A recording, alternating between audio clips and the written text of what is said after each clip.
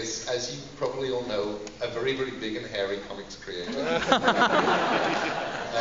I was in Northampton. I'd gone up to see Alan. Alan rarely, occasionally I'll bump into him, you know, be in London and we'll see each other, but mostly, if you want to go to see Alan, you go to see Alan. You go up to Northampton. And we got out to dinner. Now, I have two different kinds of reaction to blood and gore and human innards and things like that.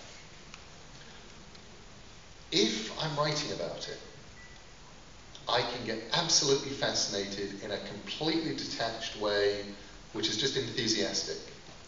I remember calling my doctor and saying, I really need to talk to like you know, who does autopsies? What happens? And he said, oh, I did autopsies for years. I said, great, talk me through them. And we're having this wonderful conversation because I'm writing American Gods and I need somebody to take somebody apart.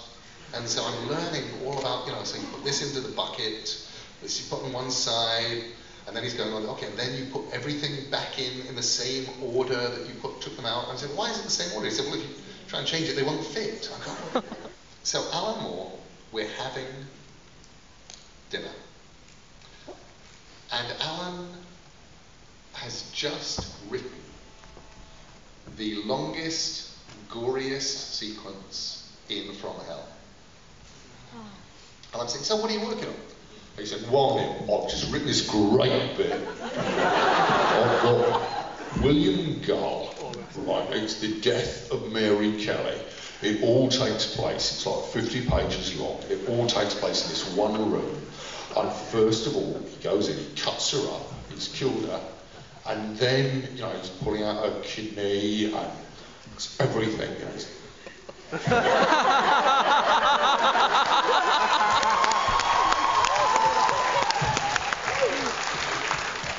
All right, then, you know, he's coming out next, then, you know, he goes into the sexual organs, and he's describing what Jack the Ripper did to Mary Kelly from the point of view of somebody who's there in the room that night. Alan giving it all he's got, and believe me, that man has descriptive ability beyond most people.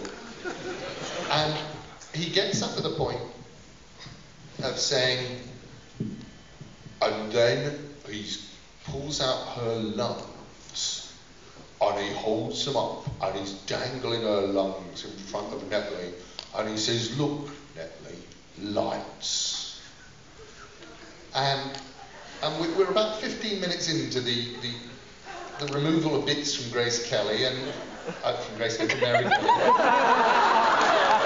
Grace Kelly, as far as I know, was buried in time.